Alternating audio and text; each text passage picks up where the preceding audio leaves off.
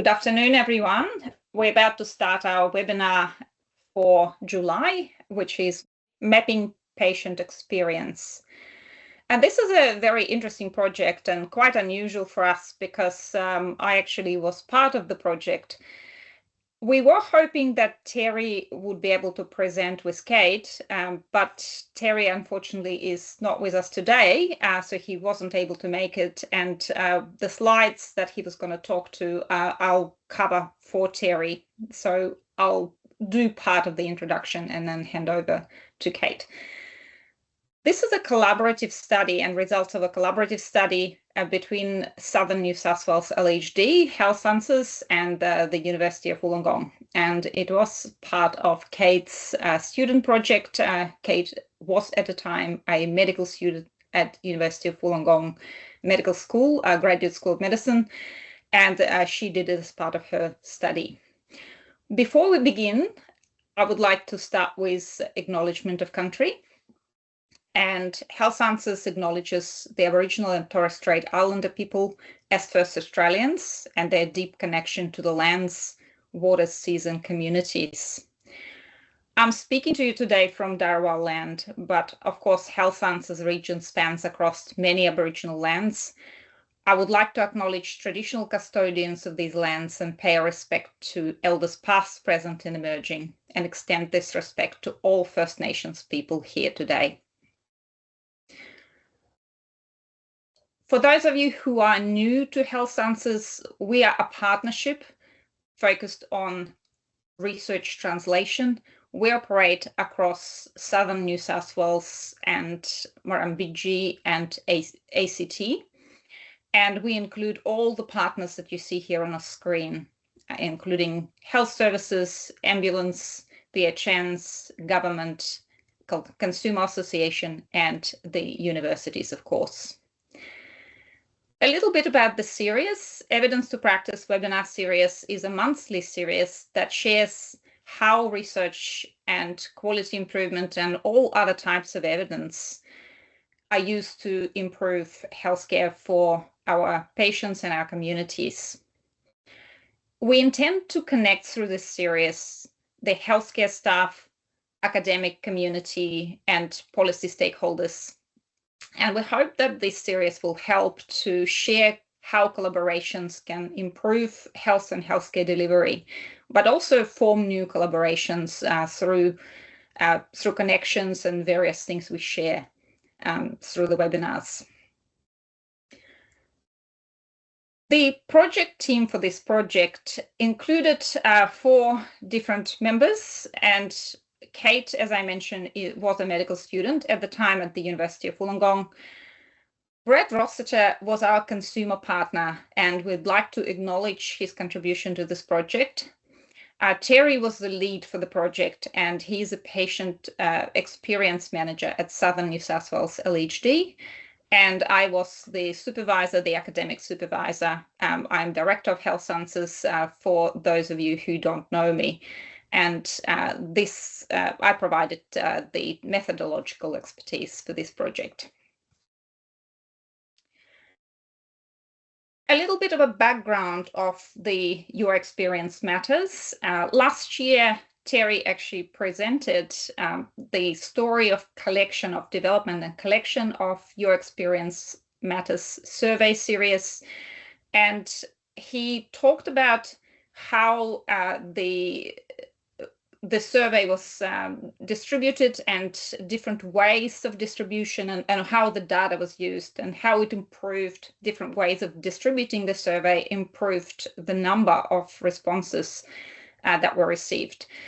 For those of you who were not part of that webinar, Your Experience Matter survey is a PREM that is deployed by Southern New South Wales LHD, and it has existed since 2021. It's distributed to all patients who present to a Southern New South Wales LHD within a couple of days of their attendance.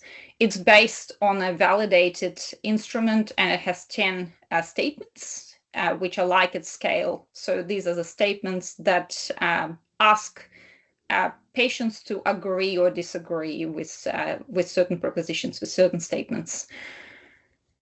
The distribution was via multiple ways: QR codes, paper, SMS, text link, and the responses were collected, and those that were paper responses were then entered into the system.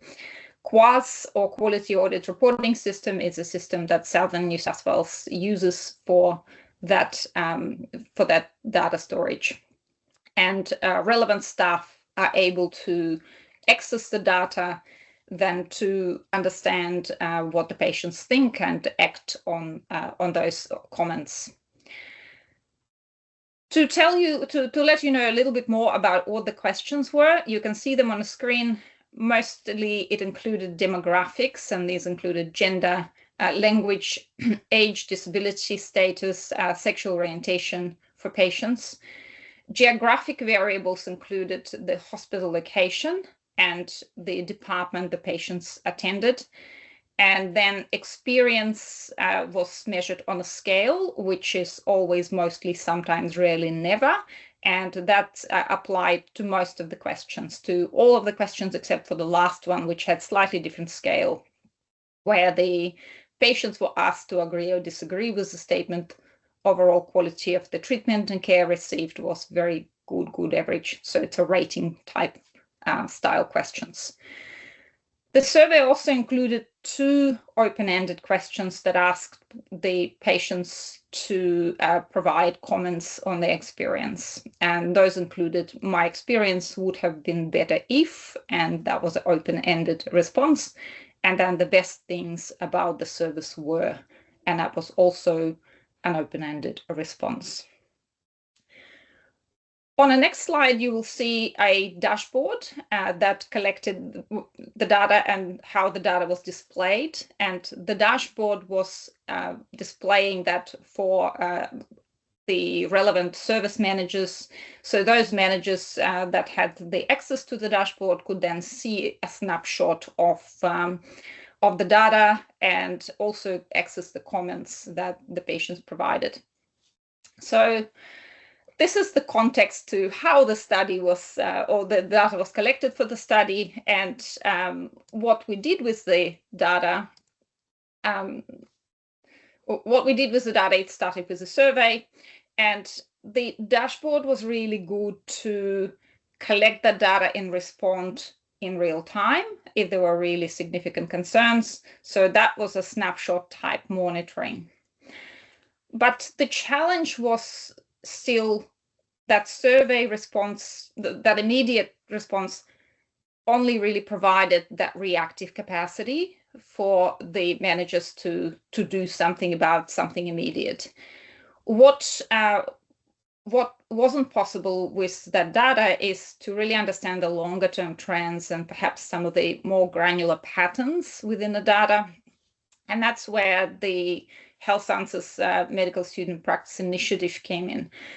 When Terry presented it last year at this webinar series, he put out a call for the academic partners to partner on analyzing some of that data. And this is how we've learned about the University of Wollongong and the program that they run for their medical students, where medical students actually engaged in research. So Health Sciences then piloted to have a placement, if you like, a research placement within the local health district for one of the students, and look at that as an opportunity to then analyze that data and provide a more granular information about the trends and various patterns within the data that then could be converted to quality improvement initiatives. And that's how mapping patient experience collaboration started. And of course, all data that includes consumers really needs consumer input, and Brad was part of the team from that to provide that consumer perspective. This is how the mapping patient experience collaboration started, and the project had 2 parts, and the first part was to look at the patient experience and determine whether or not that experience varies for different groups for demographic and geographic location. And the second part of that was to look at the, and I'll hand over to Kate in a minute to tell you a little bit more about methodology. But the second part, which is still to come, was to then look at the qualitative comments to really understand what specifically needs to change. Over to you, Kate. Okay, so thanks, Michelle. As Michelle mentioned, I am a final year medical student and was really excited to be a part of this project. And so, I found out early on in the piece that we had this enormous data set. We were fortunate that Southern had collated data over the previous 2 years. And so we had a data set of over 25,000 responses to work with. And as Michelle mentioned, we initially did the quantitative component, and there's a qualitative component to come. But as part of that quantitative analysis, we really had 2 steps in terms of the modelling that we did. The first step was to look at demographic and geographic variables, which are either non-modifiable or somewhat modifiable. I guess if you think about location, you can perhaps change your location, but it's something that's a bit sort of resistant to change. So we think about the demographic and geographic groups as being non-modifiable. And so we initially put those into the model and had a bit of a look at which subgroups within that broader population had suboptimal patient experience. The second step then was to layer in what we've described as service delivery variables. And so service delivery variables included things like communication, and these were bore out of the 10 questions that we had previously on a slide. So things like I felt like the team communicated with me, etc. The mathematical modelling that we used was a hierarchical regression, and in a couple of slides we'll get into a bit more detail about exactly what that is for those that are unfamiliar. But I guess we looked at it in terms of 2 layers to really see if we can work out if the service delivery variables mitigate any of the observed disparities that existed between the demographic and geographic groups.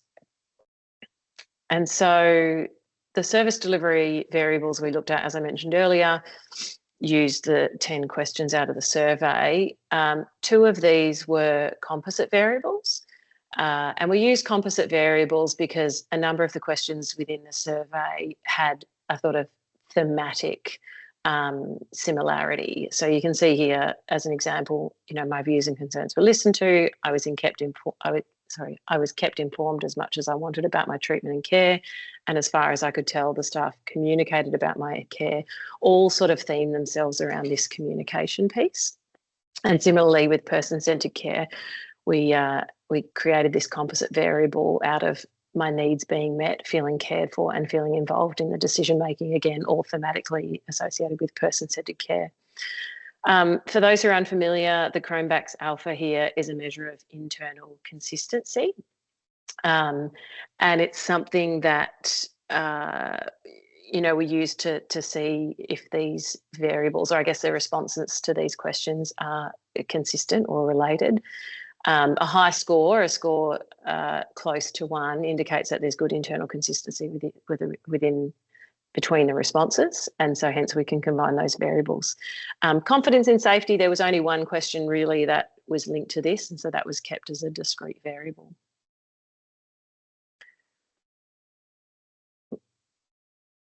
Slides are stuck. 1 second. Here we go. Okay.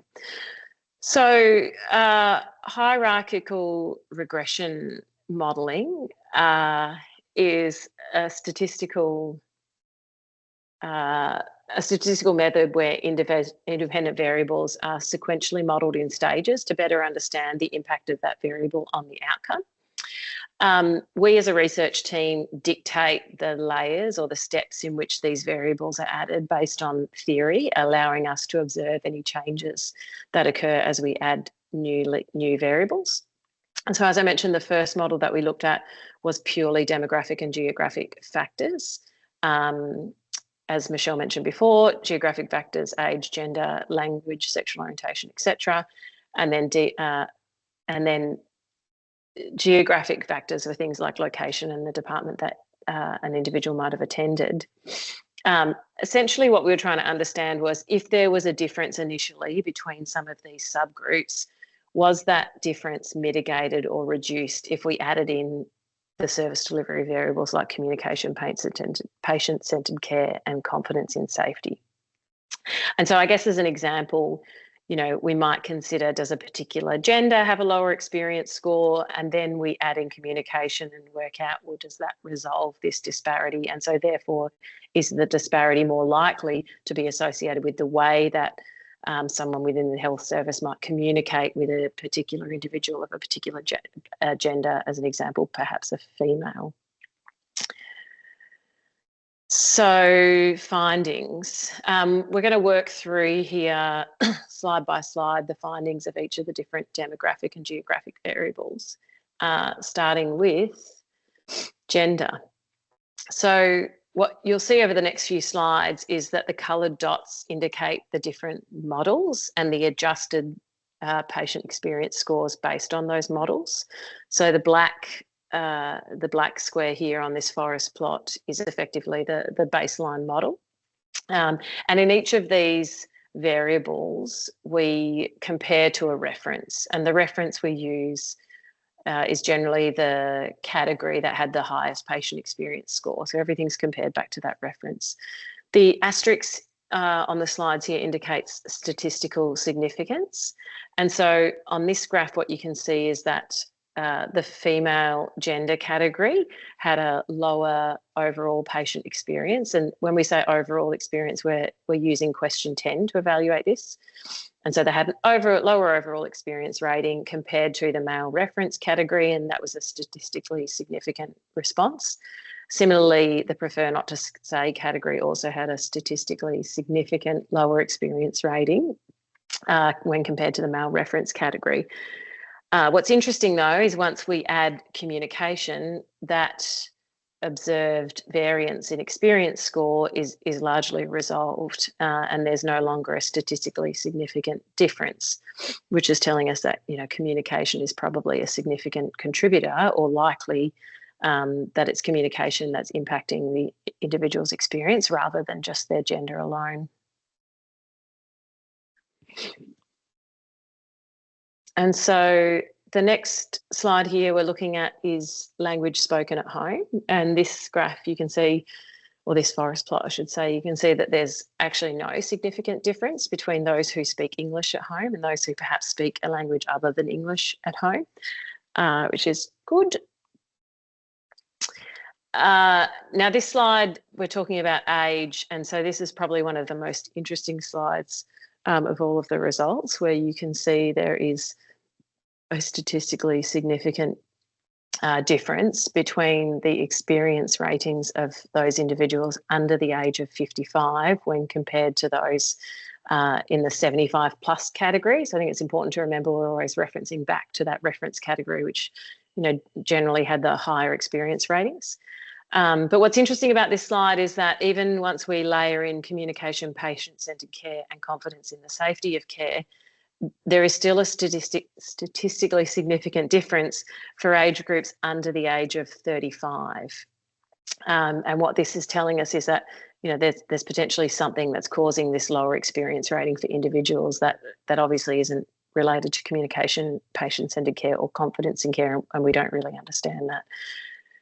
So jumping to the next slide, when we talk about individuals with disability, I guess what you can see here is that individuals who either identified as having a disability or preferred not to say or preferred not to disclose that they had a disability had lower experience ratings, which for individuals who didn't wish to disclose their disability status, this was largely resolved when we factored in communication, but persisted for those individuals with a disability and was only resolved once we layered in person-centred care. So I think, you know, it was good that these differences were resolved over sequential models, but the responses for an individual with a disability obviously were a bit more focused around patient-centred care. Sexual orientation was another interesting one where we saw a significant difference for individuals who preferred not to disclose their sexual orientation.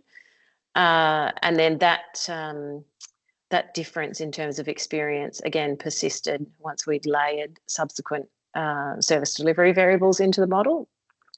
But this was the only group that had a difference in terms of their experience when compared to the heterosexual reference value. So this slide, we're starting to talk about geographic variables now, and interestingly, the level or the complexity of the service delivery of a hospital didn't seem to have an impact on patient experience scores. We considered the level of the hospital, as I said, as a reflection of the complexity of the service delivery, in the understanding that, sometimes community or smaller health services are a little bit more familiar to people. Perhaps they know the staff, or perhaps the staff know someone in their family, and it's a bit more of a close network compared to some of the higher tier hospitals, which are a little bit bigger and perhaps sometimes a little bit impersonal, but obviously we didn't notice any difference in experience. This slide talks about location in terms of geographic distribution. So, the Southern New South Wales Health District is broken up into smaller sub-districts or sub-populations, and there was a couple of locations within here that had lower experience ratings when we just considered demographic or geographic variables. But again, it's good to see here that those differences were resolved once we layered in communication. And then, I don't think this is a surprise to anyone who works in healthcare, there were lower experience ratings for individuals who initially approached the healthcare service through the emergency department. And those differences in experience rating were a little bit resistant to the addition of communication and patient-centred care. And it was only when we layered confidence in the safety of care into the model that we then saw that difference in experience had disappeared. And so I guess in summary, as I mentioned, this was the quantitative part of the study, and so we need to look a little bit more into the qualitative part to understand a bit more some of the drivers here. But the groups you can see here, female consumers, those under 55, patients who disclosed a disability, and patients who attended the ED, in addition to those two sort of locations on the previous slide, had lower overall experience ratings in general. However, once adjusting for communication, we saw the elimination of a large number of these differences from the female patients and locations 1 and 2. On further adjusting for patient-centred care, we eliminated the difference for patients with disabilities. And then finally, once we adjusted for the confidence in safety of care, we eliminated the difference for emergency department patients. What was interesting, though, is after full adjustment, as we'd mentioned on previous slides, patients under the age of 35 continue to retain a small but significant difference in terms of experience. And this is something that we've flagged or marked for further analysis in terms of the quantitative review to help us better understand, what potentially is driving that difference in experience.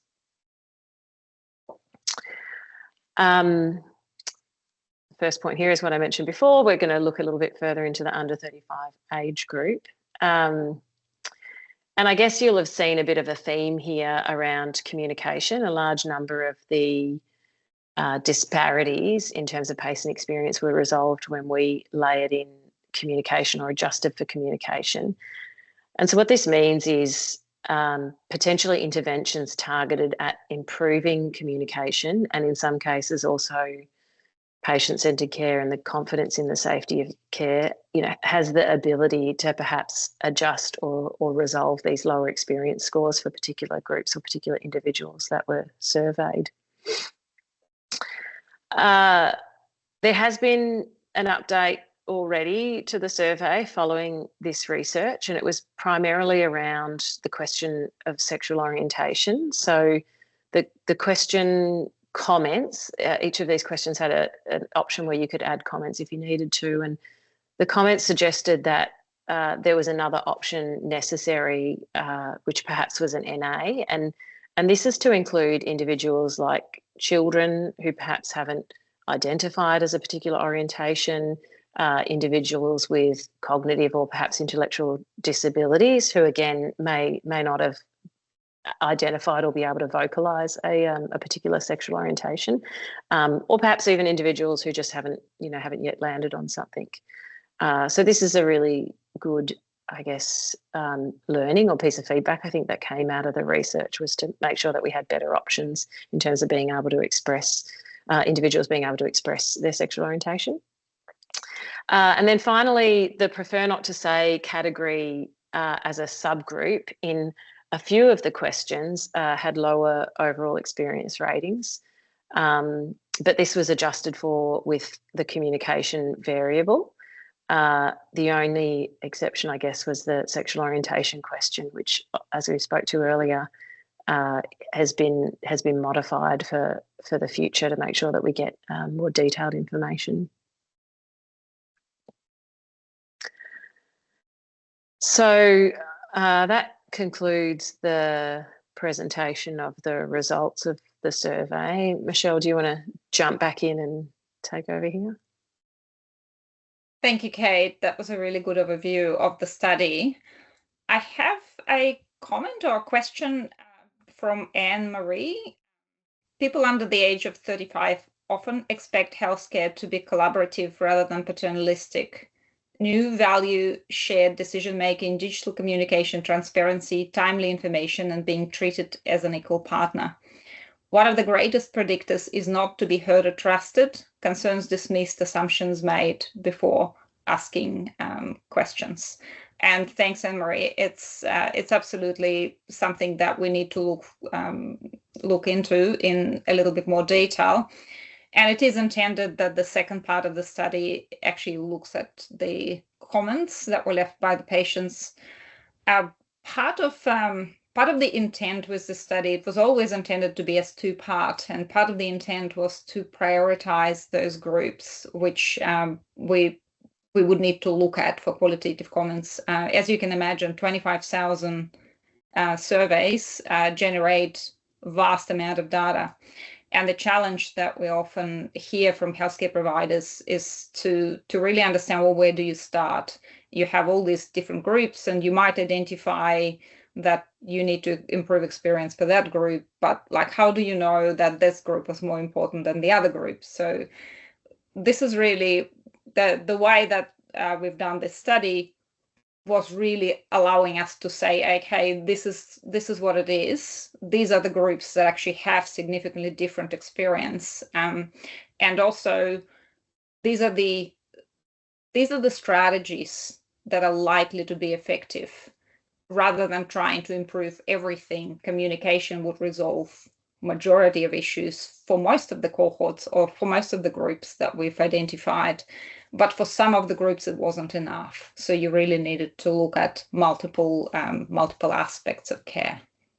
But absolutely, the younger demographic needs to actually be looked at. That was an excellent presentation. Will the slides recording from today be shared? Is there a plan to publish the findings in the near future? Kate, you can take that one. Yeah, I think we've recorded today's session, so that'll go up. The slide deck will become available, and we have absolutely every intention of publishing the research. It's just a bit of a process, I guess, to get there, so it'll take us a little bit longer. Any other questions?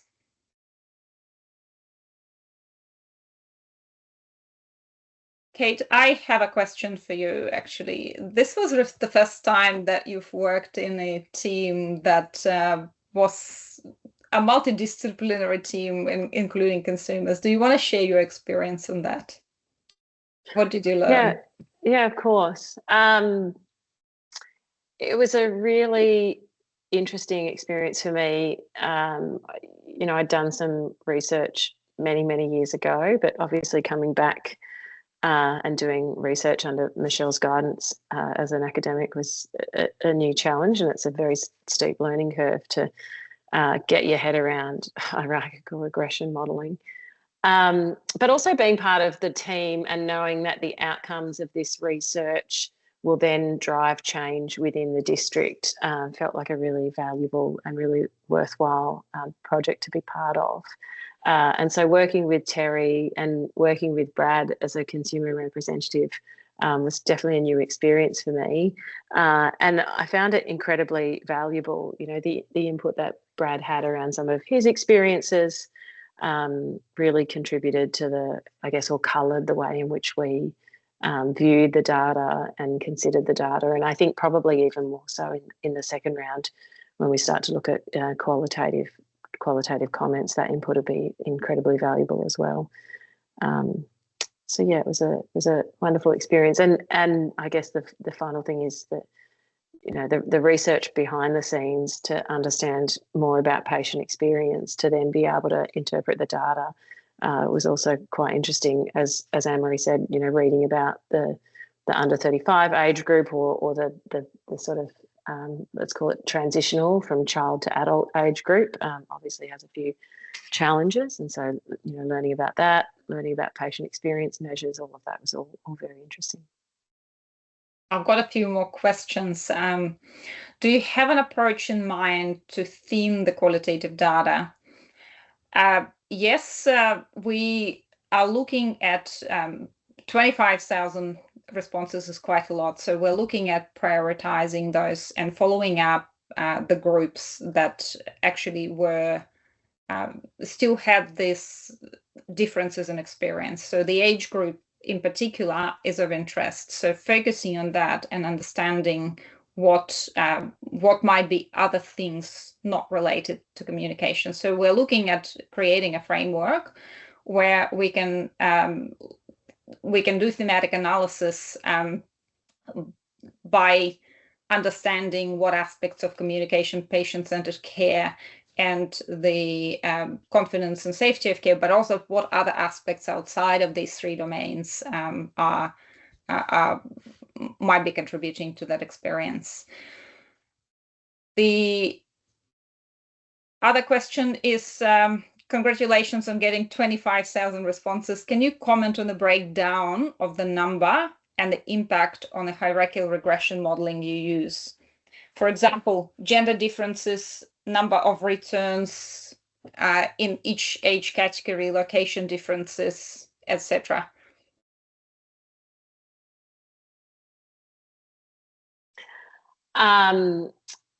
I think Terry, unfortunately, who can't be here, would be one to speak to the response rates that he got from the various communication channels. The data that I viewed from New South Wales Health didn't necessarily have on it which communication channel they'd come from.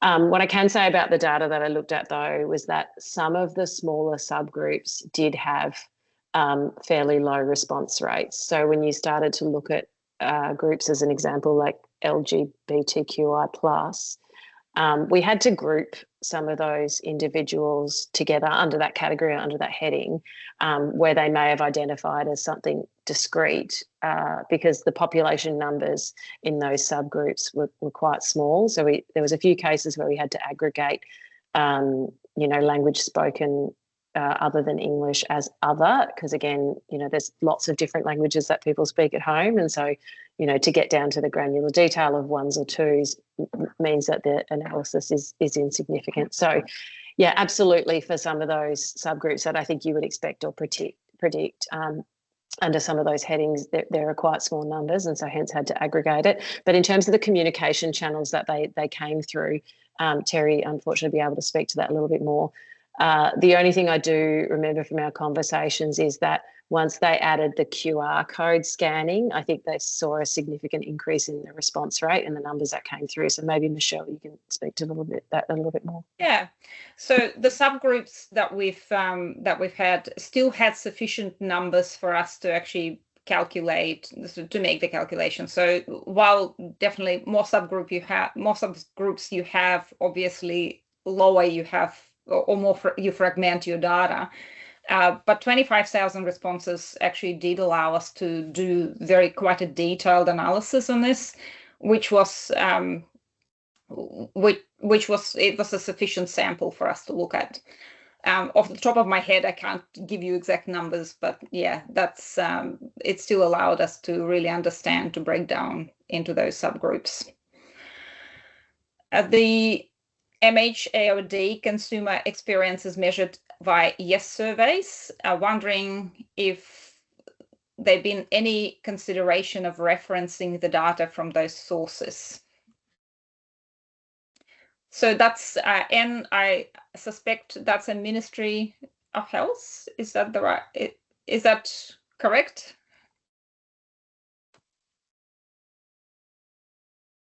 Yes, okay. So there are a number of different ways that the patient experience data is collected, and that's correct, because the BHI, for example, runs the surveys for patient experience, including those attending ED, the patients who are inpatients.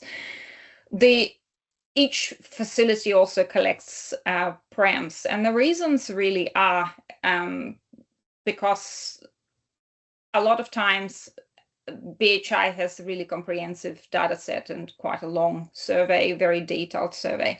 So it takes some time to actually generate data from this that is actionable. And often from our conversations with the LHD, often by the time the data actually comes back to LHD, it's a little bit late to respond to some of those things.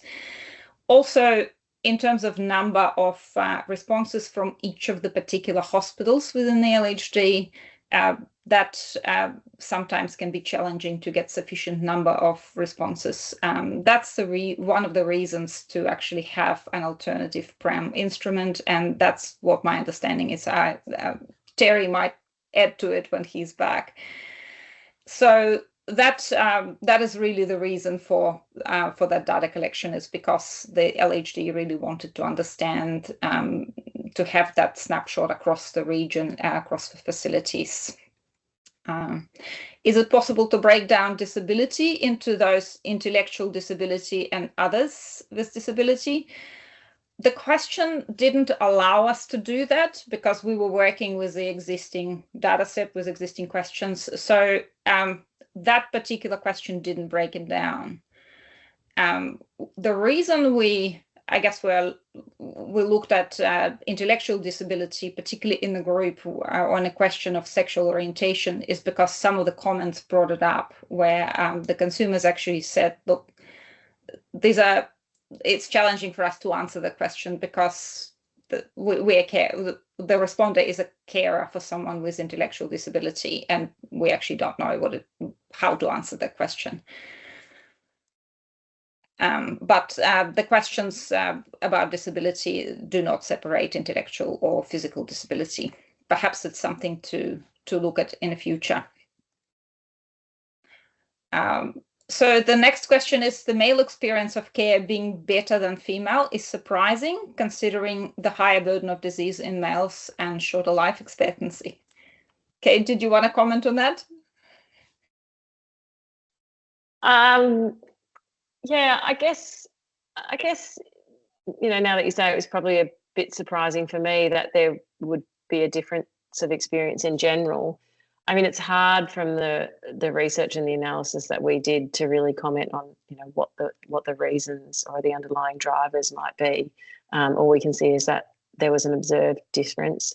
I guess, I'm just sort of speaking offhand here and off the cuff, but the difference was resolved when we laid in communication. So, perhaps it was more about the way that people were communicating with females, or the way that a female might like to be communicated with. I think as a female, you tend to talk a lot sometimes and like to be spoken to in a fair bit of detail and understand what's going on. So perhaps that was more of a reflection of, why there was a difference between females and males, as opposed to just, it's fundamentally because you're female.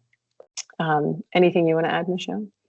Yeah, I think that's exactly that. So it may not be something, it may be something that's specific to our particular sample, but what it suggests that adjusting for communication actually resolve those differences. So it is likely that communication is a contributor to that difference in experience. And perhaps that's something that needs to be looked at, is the way that communication is perceived by females and males.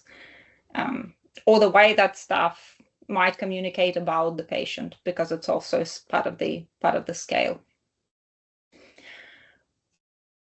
Would be good to collaborate with the Bureau of Health Information, with the experienced team with the ministry. Thank you, Anne-Marie. We'd love to collaborate. Please let us know how we can contact them. If PHI is interested in talking further, we're absolutely open to that. And there is also a comment about women. So I wonder if it's because women are more likely to have their symptoms dismissed. Healthcare has historically been designed around the male body. And that's a very good point, because yes, women interact with healthcare more frequently. Women often carry multiple roles, and also women often place greater emphasis, empathy, and emotional support. And absolutely agree that, yes, that's traditionally, that may be a contributor. Could there be a bias that we're mainly hearing from non-English speaking patients who are able to navigate and complete the survey, while missing those with greater language barriers, who may actually be at higher risk of poor experience?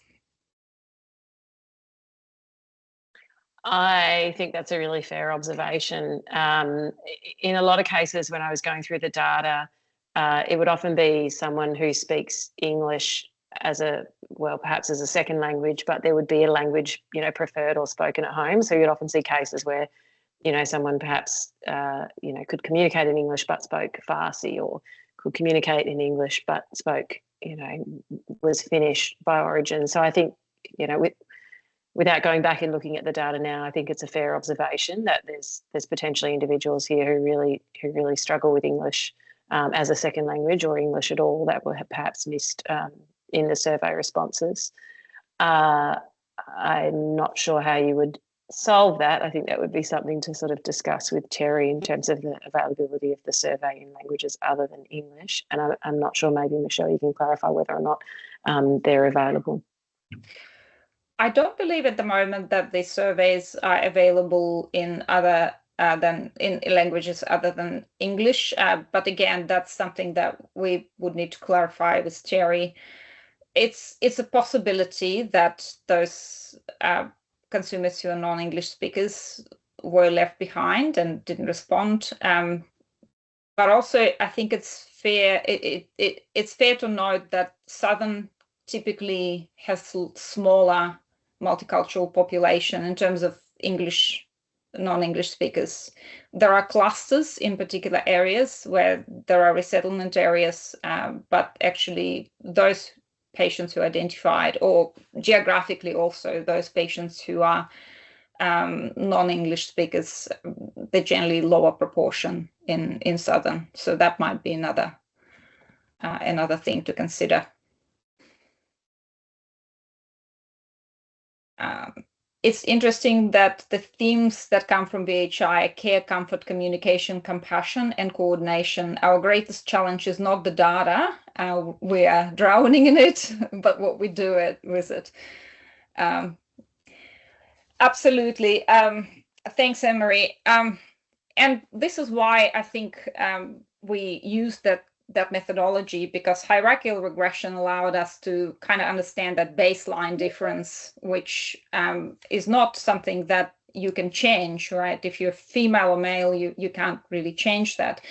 So one of the reasons we did hierarchical regression is because we wanted to understand that just that baseline data set that only included geographic and demographic variables and nothing else, but also to then look at, okay, what might be a modifier in this, and is it really going to do what we think it does if we had communication, and would it mitigate that completely or would it not?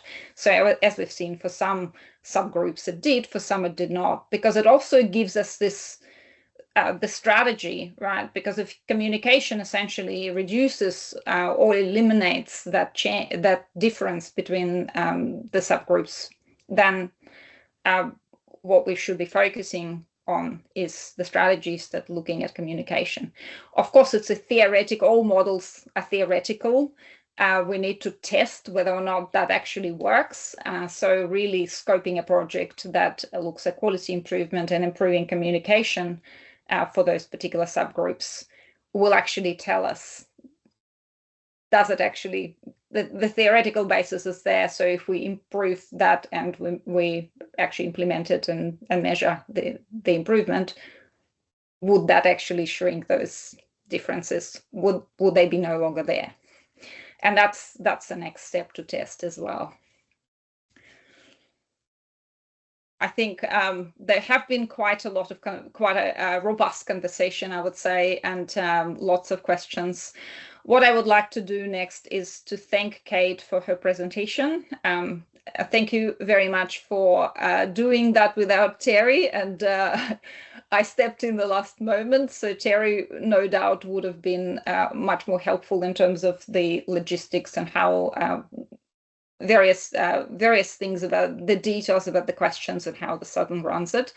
Absolutely happy to reconnect with BHI. And hi Ivana, I can see you in your comment in there, so definitely we'll reconnect and see if there is something we can do collaboratively.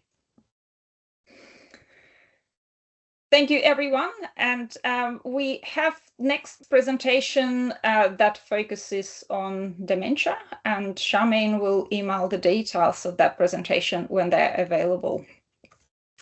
Thank you, everyone, for attending, and we hope we'll see you next month.